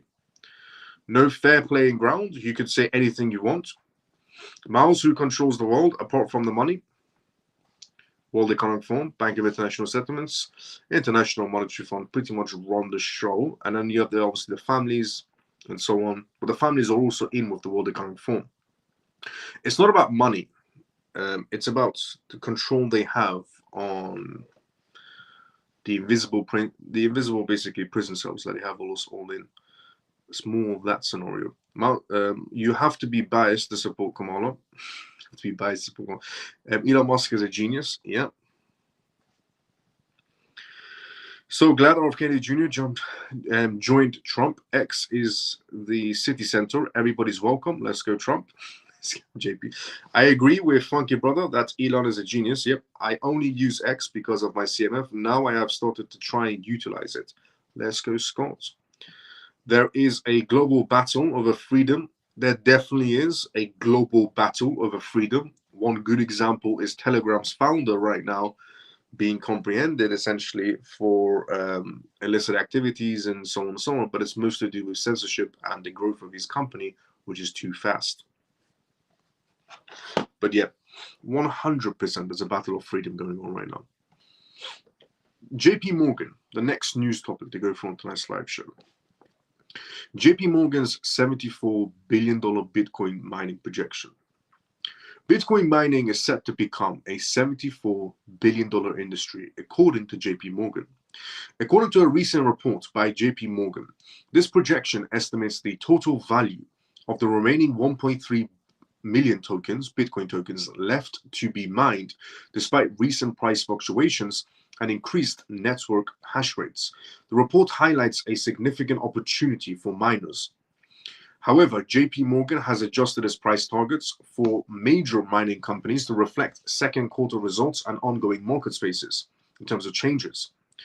These adjustments come as the bank observes of essentially operational challenges in the sector. Riot platforms, for instance, has underperformed due to their operational issues, but expected to rebound as the uptime and the production metrics improve. JP Morgan also sees Irene's recent drop due to the increased power cuts from hedging losses as the potential buying opportunities for investors. The bank estimates that 4-year block reward revenue suggests that despite the short-term volatility, the long-term outlook for Bitcoin mining remains robust. JP Morgan's focus on Irene and Riot, combined with this projection of a $74 billion market space opportunity, signals a strong potential for recovery and growth in the sector. As the cryptocurrency market continues to evolve, Bitcoin miners are positioned at the forefront of the lucrative industry, with significant profits still to be made despite the challenges posed by market dynamics and technological advancements. The interesting part is not JP Morgan, essentially talking about how big. Essentially, the interesting part is that JP Morgan, a company that's a bank that's always been against Bitcoin and said Bitcoin is a Ponzi scheme, Bitcoin is a pyramid scheme, and so on and so on.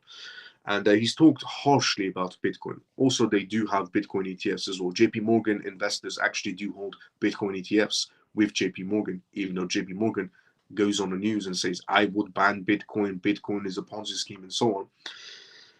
The interesting part is that JP Morgan is now calling the Bitcoin mining industry a basically safe haven. They're calling it a gold mine. JP Morgan, the same bank that called Bitcoin a Ponzi scheme and still does. is the same bank doing a report that the Bitcoin mining industry is going to be a $74 billion market space, and it's pretty much a gold mine. On the news, JP Morgan against Bitcoin. Off the news, study reports from JP Morgan, the Bitcoin mining industry is a gold mine.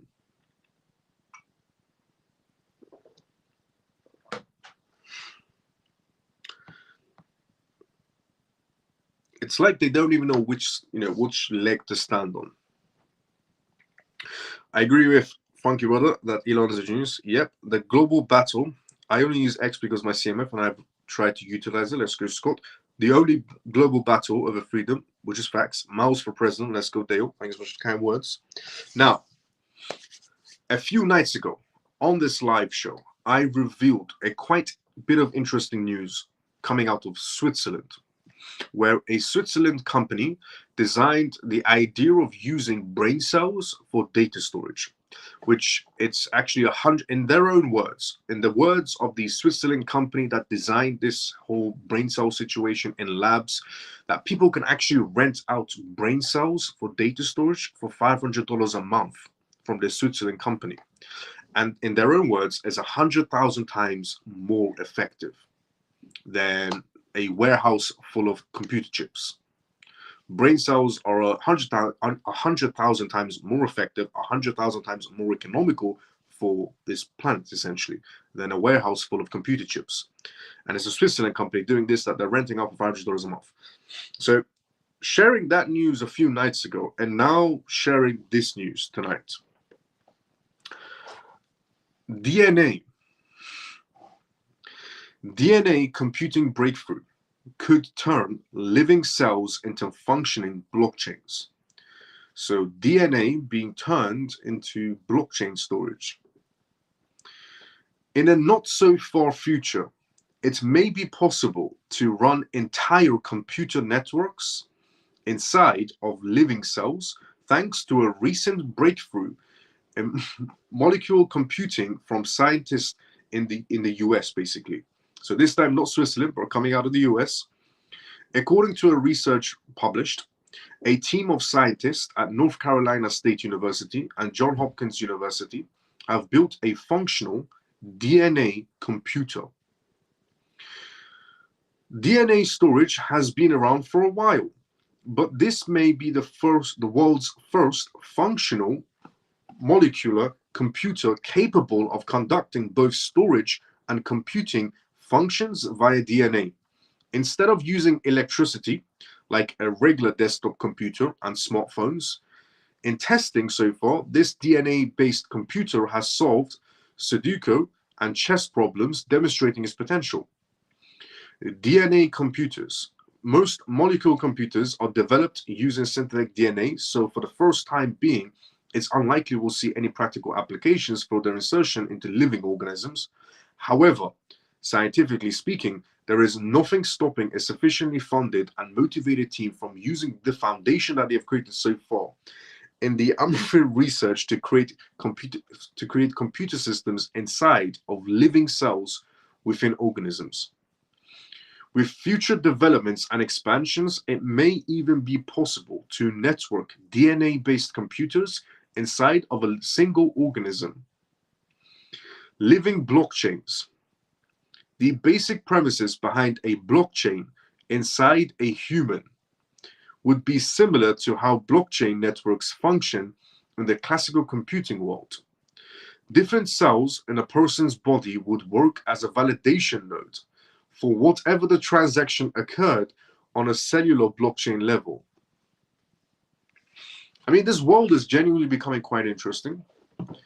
You know, from brain cells that you can rent out in Switzerland company for $500 a month to DNA that you can pretty much use as a computer in your own body, storing blockchain data and transaction data on DNA. It would be theoretically possible, for example, and the nodes, the validation nodes are for whatever the transaction occurred on a cellular blockchain. It would be theoretically possible, for example, to build a cellular blockchain network inside of a specific organ, such as the heart. Build a blockchain inside of your heart or a liver in order to validate function and verify cellular integrity. This may be far-fetched tech that's currently outside of humanity's grasp, but breakthrough research published appears to have at least brought it within the realm of possibility. So, crypto transactions can be processed in your own body using your own DNA, and your heart or your liver could be the node validator. So as long as you're still pumping and your heart is still pumping blood, it's validating nodes and transactions for you, or your liver. It's going to be an interesting world. It's going to be a very, very interesting world, from brain cell renting to your heart processing transactions for you. It kind of reminds you of that film with it's called Time, if I'm not mistaken, where everybody has some sort of time on their arm. And then when the time runs out, you pretty much run out as well.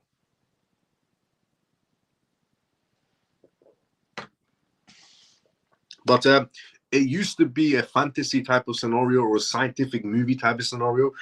But with this new research paper that's just been published, it's, in their own words, this may be far-fetched tech that's currently outside of humanity's grasp, but the breakthrough research published appears to have at least brought it within the realm of possibility. So the possibility of it happening. Genuinely, it's going to be a very interesting world. This whole blockchain world and CBDC world and social credit system world we're going to be living in, it's going to be one hell of a world.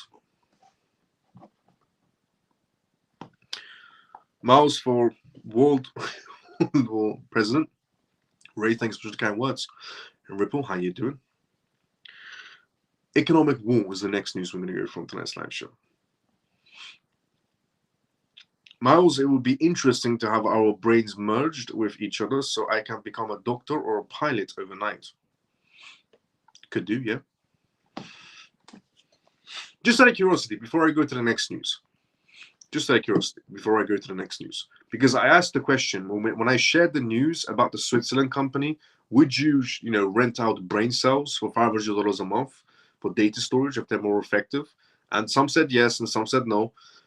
Just if I wanted to ask the question now, would you let a doctor store blockchain data on your DNA for your heart to process transactions? Just a question. Yes or no inside the comment sections. Or if you want to give an explanation as well, short explanation, go through it of why you wouldn't or why you would.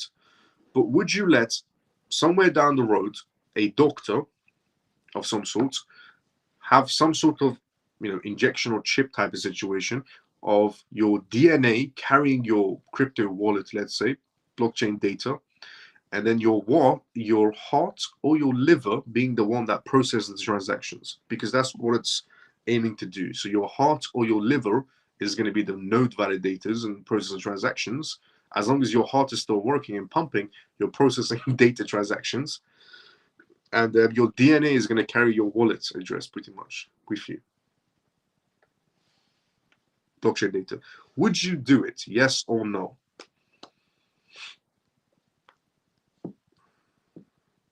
Hell no is what basically Fungi Brother said.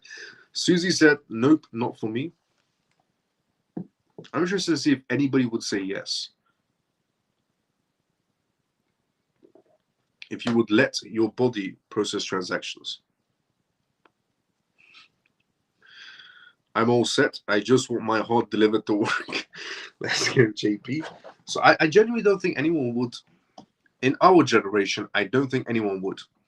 In our generation, I don't think anyone would sign up to that.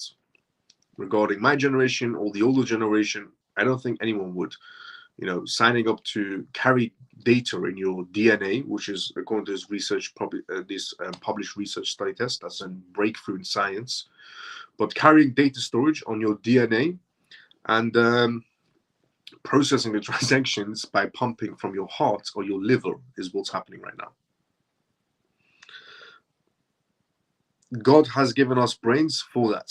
Facts. Let's go, Funky Brother. Mike, no way, is what Mike said. No, Miles, pretty further said as well. Only if I had some kind of a disease, it fixed it and it helped my body maintain a normal living environment. See, one person said yes. Okay, so one person said yes, which they've given a, G has also given an explanation of why she would essentially carry that out. Only if I had some kind of a disease and it fixed it and it helped my body maintain a normal living environment, they would carry out that DNA blockchain data storage and your heart processing transactions. Fair enough. I'm all set for my heart, liver. I'm all set. I just want my heart and liver be working. Let's go, JP. Negative, goes right on. Think with your brains, not with your heart. Facts. It's like going with the coin that scan your eyes. Basically, it is, yes. They'll put it out the wrong. They will put out the wrong data. They will put out the wrong data. That could also happen as well. So what happens if your wallet gets scammed? If you're carrying your wallet in your DNA, if you're carrying blockchain data in your DNA, and you get scammed or your wallet gets hacked, how does that work? Do you just shut down? Does your heart just shut down? We'll see. I'll definitely keep people updated. I mean, these are companies that are going to be coming up, and they're probably going to go for pre-IPOs and so on, seed fundings.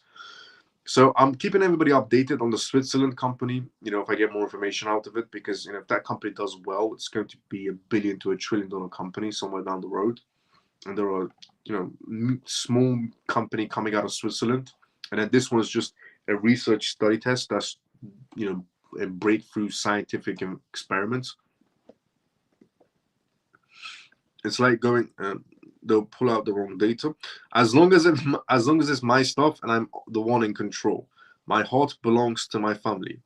It's all bloody scary. That's what Funky Brother said.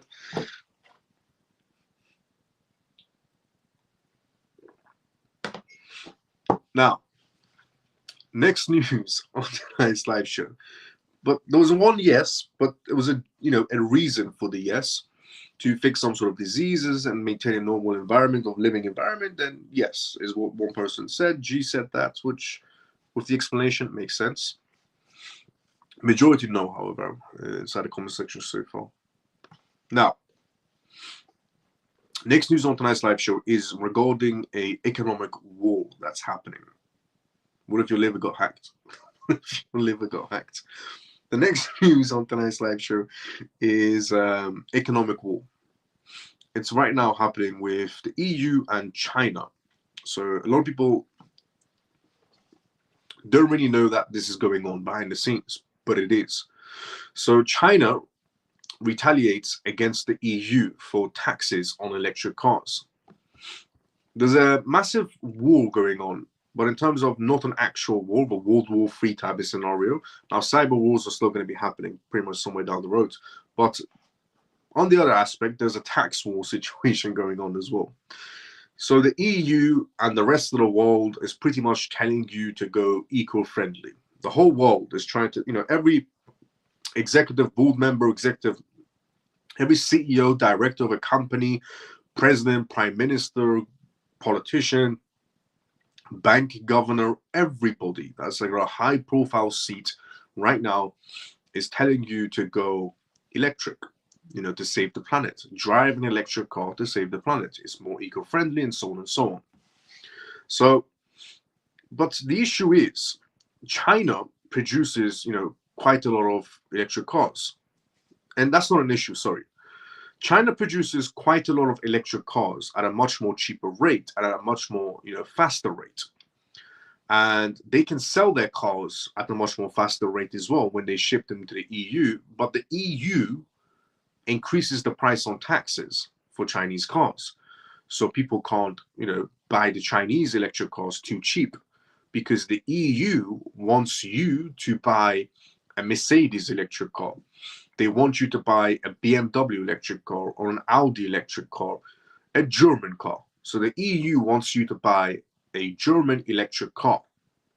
They don't want you to buy a Chinese electric car because it will hurt and impact the EU's economy if people start doing that. And it's a much more cheaper option. If you want to buy an electric car, Chinese cars are 10 times cheaper, pretty much, rather than the Mercedes and BMW and Volkswagen and so on outcomes. So even though they're trying to tell everybody go eco-friendly, the EU is telling everybody to go eco-friendly, drive an electric car, save the planet, and every other country is doing the exact same thing. But the EU wants to raise taxes on Chinese electric cars, so people in their own country, in the EU, in their own contents, can't afford electric cars, and they were better off buying a Mercedes or BMW and Audi electric car. So it's got nothing to do with being eco-friendly, but maintaining an economy in the EU, pretty much. Even though they tell people to drive electric cars to save the planet. The economic tug of war between the European Union and China is intensifying. The recent decisions by the EU to impose tariffs potentially reaching 36.3% on Chinese electric cars, 36.3% on Chinese electric cars, is not just about a gesture of pretty much screwing them. It marked a strategic turning point in the battle for control for the global renewable energy market. In response, Beijing quickly countered with an anti-subsidy investigation on European dairy products as well. These retaliation measures illustrate raising tensions that go beyond simple trade disputes that raise many questions about the future of European relationships with Chinese market spaces. The facts, and do you know what the interesting part is?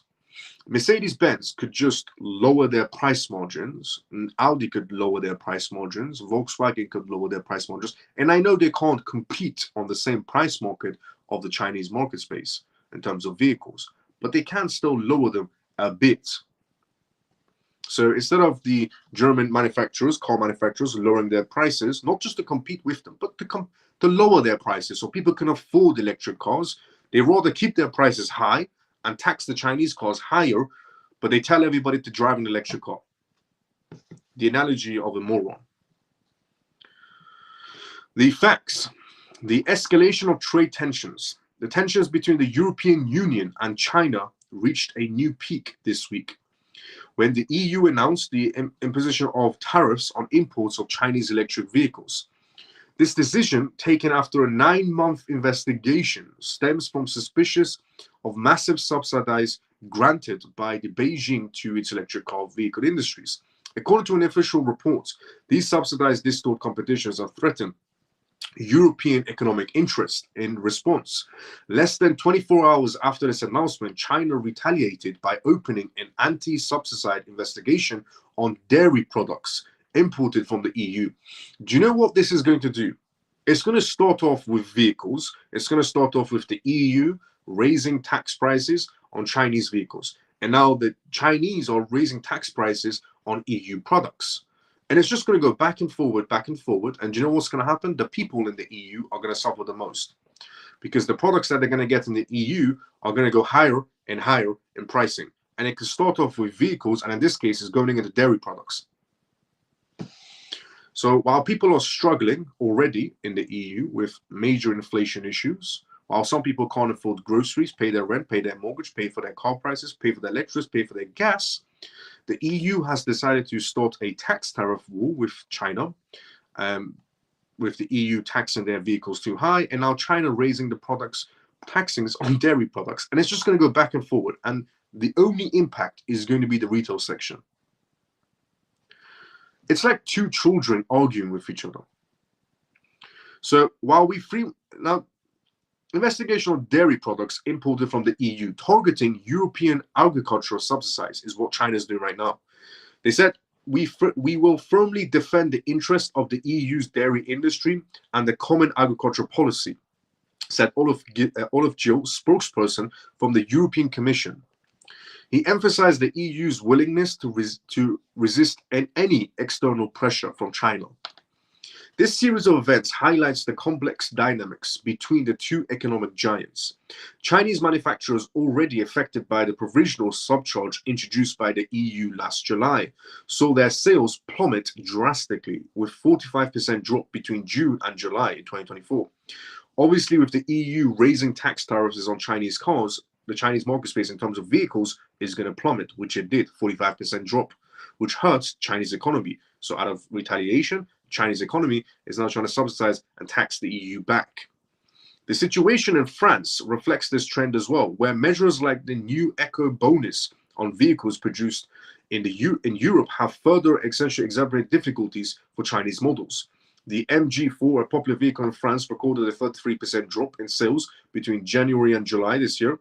Both parties now seem to have engaged in a spiral of measures and countermeasures with potential repercussions for industries on both sides. So forget about World War III, forget about cyber attacks. China and the EU right now are going head to head on who can raise the prices more. Strategic stakes and prospects beyond the mere situation that's going on. This confrontation could mark the beginning of a broader trade conflict between the European Union and China. While Brussels says it's ready to explore alternative solutions in line with trade organizations WTO rules, Beijing shows little sign of easing its counter strategy. This trade war that's going on right now may be eventable, said Joseph, the EU's High Representative for Foreign Affairs. This escalation raises concerns about the broader economic consequences, particularly on the global supply chains and financial markets already weakened by multiple economic crises. So this is where the financial markets come into play and essentially get affected by this market space as well. Because if the Chinese and the European Union want to go head to head on who can raise the prices even more against each other, the retail section gets heavily impacted, the financial markets get heavily impacted, which means what? Stock market, crypto? For the European industry, a prolonged trade war could mean increased costs and loss of competitiveness in the global market. For China, the stakes are equally high. European measures threaten to slow the international expansion of these automotive manufacturers. In this context, it becomes essential to closely monitor the next steps in this conflict.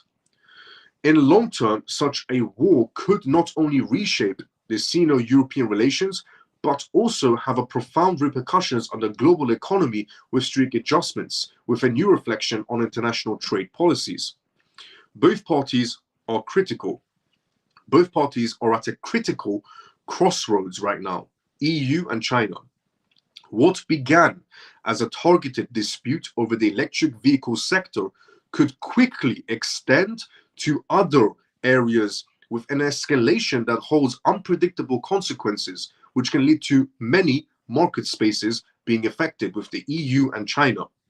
The outcome of this crisis will depend on the ability of the two economic blocs to balance the protection of their interests and maintain a global economic stability. So this argument between China and the EU started with electric vehicles and is now leading over to the agricultural market space, and it's going to lean over to other market spaces, which in their own words is going to affect the financial market space. If it affects the financial market space, well, stock market and crypto market will get heavily damaged in the process. It's so dumb. It's greed is what it is. It just comes back to greed. The Chinese market space want to sell cheaper vehicles. In a very common sense type of scenario, very simplistic type of scenario, the Chinese market space wants to sell cheap electric vehicles. The EU wants to sell expensive electric vehicles.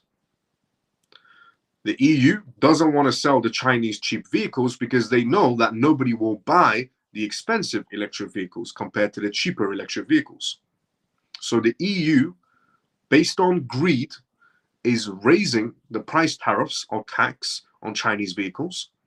And the Chinese in retaliation have raised the food prices for the EU. And it's just going back and forward. It's unbelievably dumb. And this is all because of greed. And it's going to lead to other market spaces, to many other market spaces within the EU and China, where it's going to lead to the financial market space. If this battle continues, which it already has, it's already escalated too much, how can it go from vehicle tariffs to food products? It's going to escalate to other market spaces if neither party backs down. Basically, if neither party backs down It's going to escalate too far. And just to put in perspective, the Chinese real estate market space is not doing too well right now. France's market space, in terms of real estate, is also not doing too well right now. And they're both going head to head on one party because of greed. The other party just wants to sell cheaper products. China wants to sell cheaper products. The EU wants to sell expensive products. And to battle that out, they're raising the price of Chinese products in terms of tariffs, which is hurting Chinese economy as well. And it's going to expand and escalate into other market spaces, which means eventually it will lead into a stock market and lead into the crypto market as well. And who gets impacted in all of this dumb, moronic battle that's going on? The retail section. Because next, food products are going to start skyrocketing in the EU. It's just basically what's going to happen. Slowly, slowly, prices are going to start increasing in the EU. Why? Because the EU wants to sell expensive vehicles, but tells everybody to drive electric to save the planet. If you want everybody to drive electric cars and save the planet, then why charge so high? It's got nothing, and I've said previously, as I said previously before as well, it's got nothing to do with, you know, this whole agenda of the planet's heating up, the planet's cooling down. It's got nothing to do with that. It's just all about control. But you know, the EU and everybody else, the World Economic Forum, for example, they're telling everybody, drive an electric car, save the planet, do this, save the planet, do that, save the planet. Okay, sell cheaper cars. People will start buying electric cars. Oh no, you can't sell cheaper cars. It's so dumb. And this battle is just going to expand and hurt both economies. It can also impact other economy market spaces as well. It can actually expand outside of the EU. So let's just see how far this battle goes, because this could create another inflation type of scenario on price points. And it all started with cheap electric cars, where it's now leading to food products on raising prices. These are the people that we have chosen and elected to control us. These are the people that you have elected. People have elected these people to lead them. People have elected these types of people, these politicians, these, you know, governors and these prime ministers in the EU and so on. They've elected these people to lead them to a better life. And they're all acting like children against each other.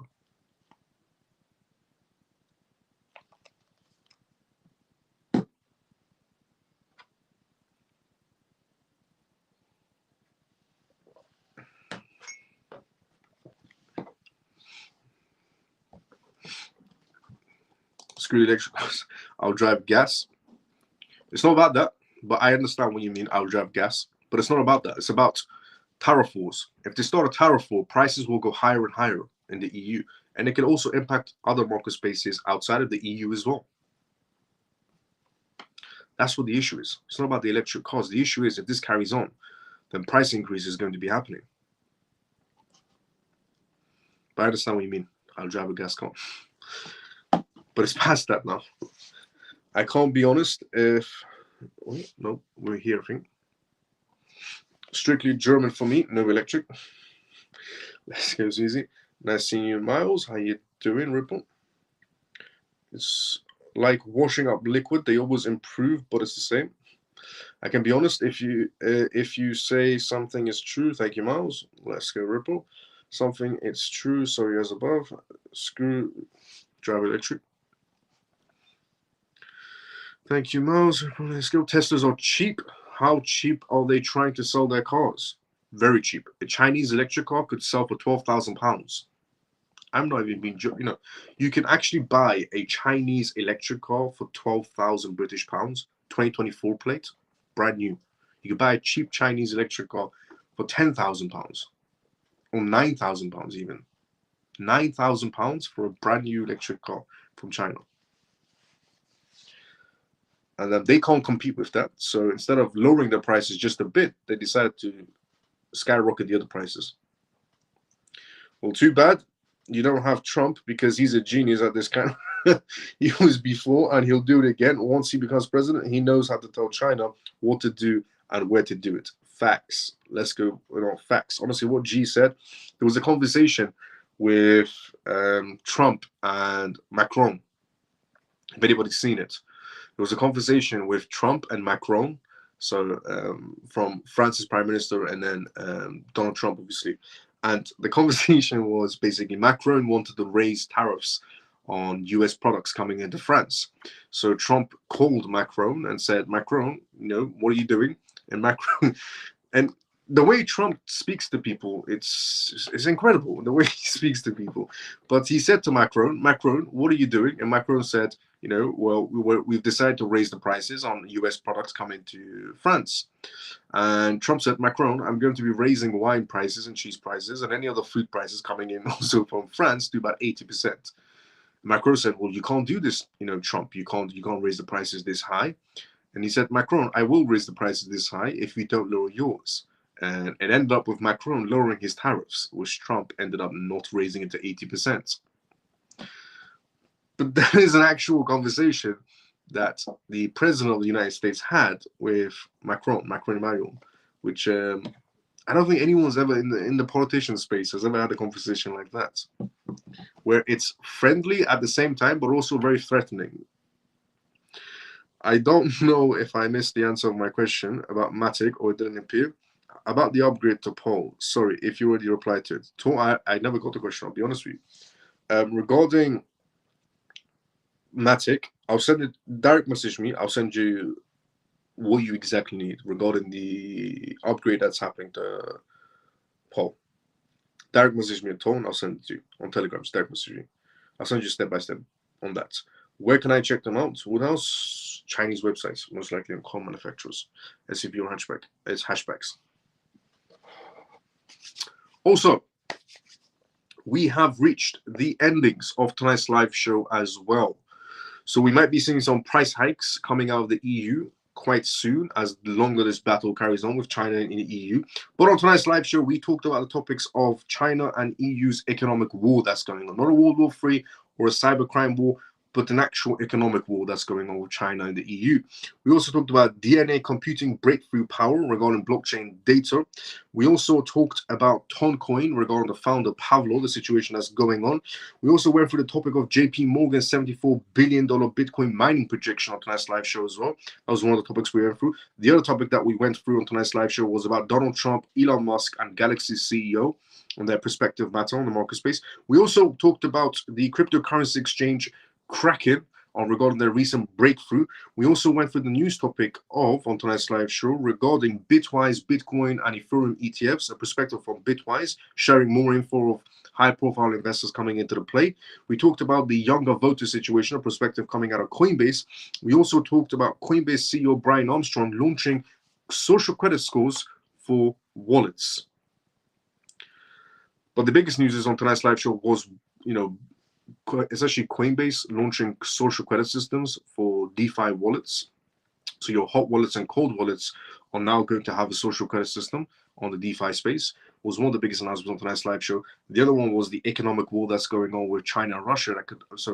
The other one that I talked about on tonight's live show is the economic war that's going on with China and the EU that can eventually lead into the financial market space, which can damage the crypto market and the stock market. So I'll definitely keep people updated on that as well, because it can definitely impact those two markets, the financial market space, which is the market space we don't want it to affect too much, which is the crypto and stock markets.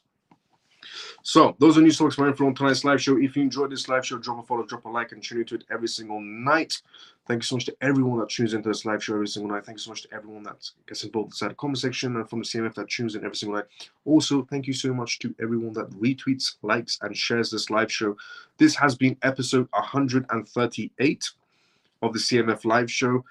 You can tune into this live show every single night. It's called the CMF, stands for Crypto Mass Family. I talk about the most recent news that's happening around the world in terms of cryptocurrencies, CBDCs, AI, politics, regulations, market spaces in general, vital information for you to know about what's going to be happening going more into this digital future. And also, we have our own Telegram group as well, which everybody's more than welcome to join. Link is on X, link is on YouTube. If you want to join, completely free. Everybody's very respectful as well. If you enjoyed this live show, drop a follow, drop a like. If you already haven't, subscribe And thank you so much to everyone that's comments on the live shows as well. When the live show is done as well, it definitely does help with the algorithm. Thank you so much as well. And I know on X it says episode 127. The title is incorrect for the past 5 live shows that I've done on X on YouTube. On YouTube has the correct title. On X it says episode 127. It's incorrect. It's because there's a bug in the system and I can't change the title on X. But the actual episode title is 138. This is episode 138. Let's see. Thanks, Miles. Respect. Let's go. Ripple. Thanks, Miles. See you tomorrow, everyone. Orphan. See you tomorrow, sometimes as usual. See where I was. I started conversation. Thank you, Miles. No problem. I will check Alibaba and search them out. Great live tonight, brother. Take care, Miles, and the CMF. Ray, see you tomorrow, brother, same time as usual. Tron is doing pretty well since they choose their stablecoin. Do you think XRP will do the same when they're on their own? They should do, yes. So bring a lot of attention to the XRP ledger. Miles, thank you, respect. Ripple, let's go. See you tomorrow, sometimes as usual. Thank you, Miles. See you tomorrow, everyone. Orphan, see you tomorrow, sometimes as usual. Thanks, Miles. See you tomorrow. Woodhouse, see you tomorrow, sometimes as usual. Good night, Miles, and all the CMF. Thank you for the news. JP, see you tomorrow, but at the same time as usual. Another great program, Miles, tonight. Thank you for your integrity and perspective. Scott, thank you so much for the kind words. See you tomorrow, but at the same time as usual. Great night, Miles. Good night, Miles, and CMF. Thanks for the news. Free further. See you tomorrow, sometimes as usual. Good night, Miles. Thank you, brother. Good to see you. See you tomorrow, sometimes as usual. Do not forget to comment after the show logs off. Algorithm, let's go. Facts. Do not forget to, just drop a comment if you want after the live show is done. I've just cashed out of not coins. Makes sense. Tell your parents, thanks for producing a fine young man. Scott, thank you so much for the kind words. Respect always. Let's go. Good night, everyone. Talk. See you tomorrow, same time as usual as well. I will see everybody tomorrow, same timing as usual. Everybody have a great day or a good night, depending on where you are around the world. CMF, see you tomorrow, same timing as usual. Everybody have a great day or a good night, depending on where you are around the world. Thanks, Miles, and for the information, and try to get some sleep. Let's go. Adi, see you tomorrow, same time as usual. I'll see everybody tomorrow, same time as usual. Everybody have a great day or a good night, depending on where you are around the world. See you tomorrow. Good night, and get some response. Let's go. Scott, see you tomorrow, same time as usual. And Stormy, night all.